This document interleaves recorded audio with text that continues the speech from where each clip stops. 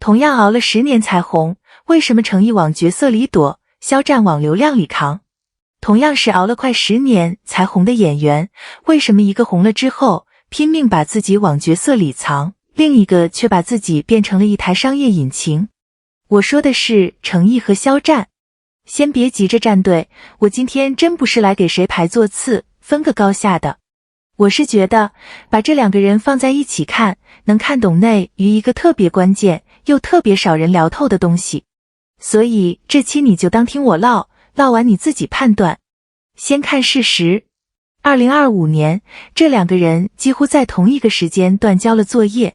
程毅的《富山海》豆瓣开分5.9分，可打分人数冲到了38万，据报道创下了2025年长剧开分当天打分人数的最高纪录。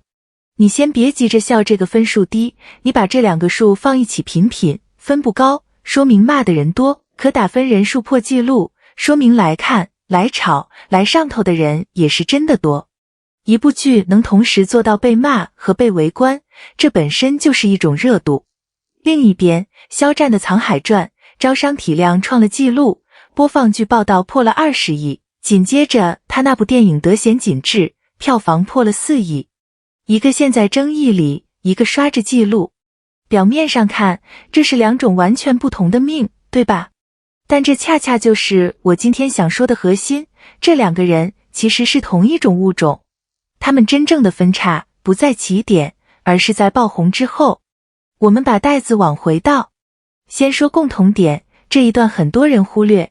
事实是这样的，程毅出道差不多9年，一直不温不火，演过不少戏，但你要问路人他是谁，多半答不上来。直到30岁上下那年，靠琉璃里那个司凤，据说微博短时间内涨了几百万粉，才算真正炸开。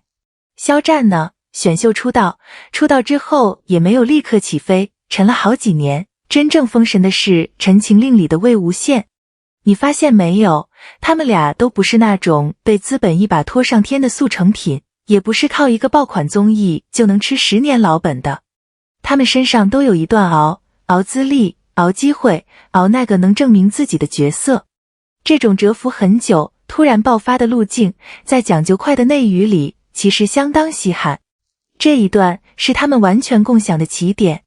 所以到这儿为止，我一个字都没分高下，因为真正的岔口全在后面。好，先说程毅这条路，我给他起个名字，往角色里躲。事实层面，他最能打的东西就是塑造能力。观众送了他一个词，叫剧抛脸，意思是你看完这个角色，很难在他下一个角色里再认出他来，人和角色是分开的。莲花楼里那个心如死灰的李相夷，沉香如屑里那个眼神，说真的，本来看剧很少哭的人，被他那几场戏整破防的不在少数。哭戏、眼神戏，还有一人分饰几角的完成度，这些都是实打实被认可的。这是他的长板，硬的、稳的长板。但我得诚实，接下来这段是我的判断了啊。他这条路现在是有点卡住了。就说富山海里那几场哭喊戏是真的有争议，我这不是黑他，是那个处理的节奏、用力的方式，确实有相当一部分观众接不住，最后开分才5.9。可比单部戏的争议更值得聊的是他的赛道问题。他这些年几乎都在古装、古偶这一条道上打转，到今天还缺一部能让路人，让那些根本不看古偶的人也心服口服的破圈作品，一部正剧也好，一个完全不同类型的现代角色也好。这就是往角色里躲这条路的代价，躲进角色，好处是干净，是稳，是没那么多是非，可代价是你的天花板很可能会被你自己选的那条窄道给悄悄锁死。塑造能力再强，如果戏路一直窄，观众对你的想象也会被框住。再看肖战这条路，往流量里扛。事实层面，他的商业价值是断层级别的，业内给过他销冠这种说法，不过具体排名这个我不敢打包票。藏海传的招商，据报道是40多家金主，以官方数据为准，但你就算打个折，这个体量在剧集里也是相当夸张的。招商说白了，就是资本在开播前用真金白银给你投票。然后他做了件更难的事，从剧走到了影，得闲紧致，票房破4亿。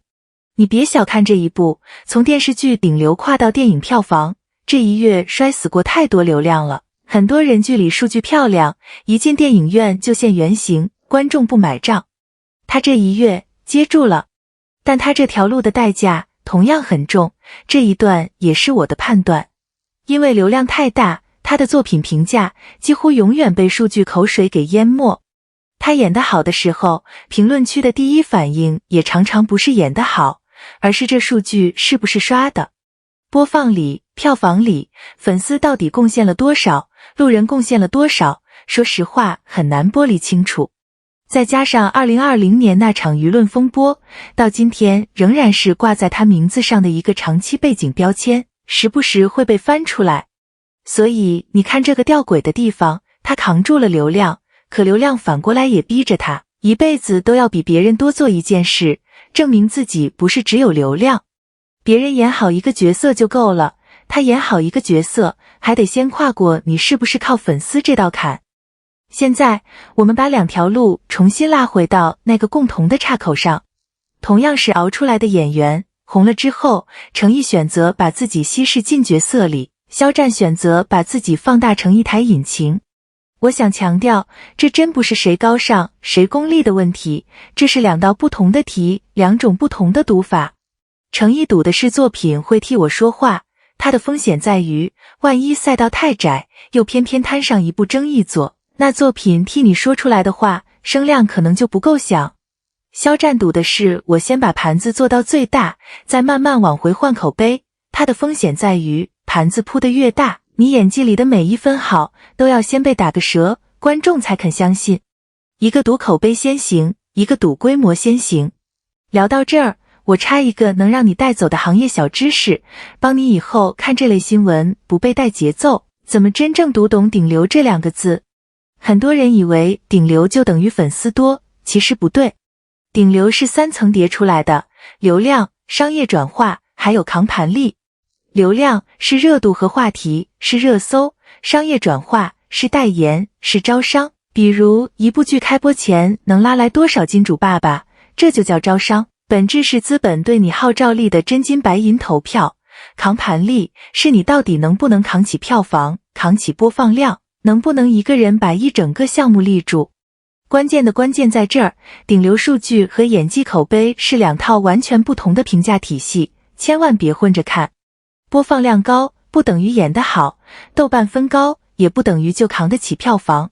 所以你回头看肖战，他这3层都很硬，但他的演技口碑的单独拎出来看，再看程毅，他演技口碑这一栏很强，可商业转化和扛盘力这2层，目前还没到断层顶流的那个量级。你只要学会把这3层拆开来看，以后无论哪家粉丝拿哪个数据来说服你，你心里都有杆秤，不会被话术牵着走。那回到开头那个问题，这2条路到底哪条走得更远？我给一个明确的判断，不和稀泥。如果只看当下的行业天花板和路径的可持续性，我倾向肖战这条路目前走得更高。原因很简单，他已经完成了那个最惊险的动作，从流量顶流跨到了电影票房。这一跃本身就是一道护城河，他把当年熬出来的号召力实打实变现成了行业顶层的一个位置，这个位置不好取代。但我必须也一定要保留一句，论单一角色的沉浸式塑造，论那种看完剧甚至忘了演员本人长什么样的功力，程毅现在能给出来的东西，肖战暂时是给不了的。而且程毅缺的其实不是能力，他缺的是一部对的能破圈的作品。他哪天真接住了那么一部，我今天这个结论随时可能被改写。所以这是个有条件的判断，不是拍死的定论。说到底，这从来就不是一个演员比另一个演员强的故事，这是内娱给每一个熬出头的人出的同一道选择题。当你手里突然攥住了顶流级别的号召力，你是把它花出去去换更大的盘子，还是把它藏起来去守一个更干净的口碑？2条路都没有标准答案，也都各自有各自要还的债。你觉得呢？这2条路如果换成是你，你会走哪一条？评论区跟我聊聊，我是真想听那种不站队就事论事的想法。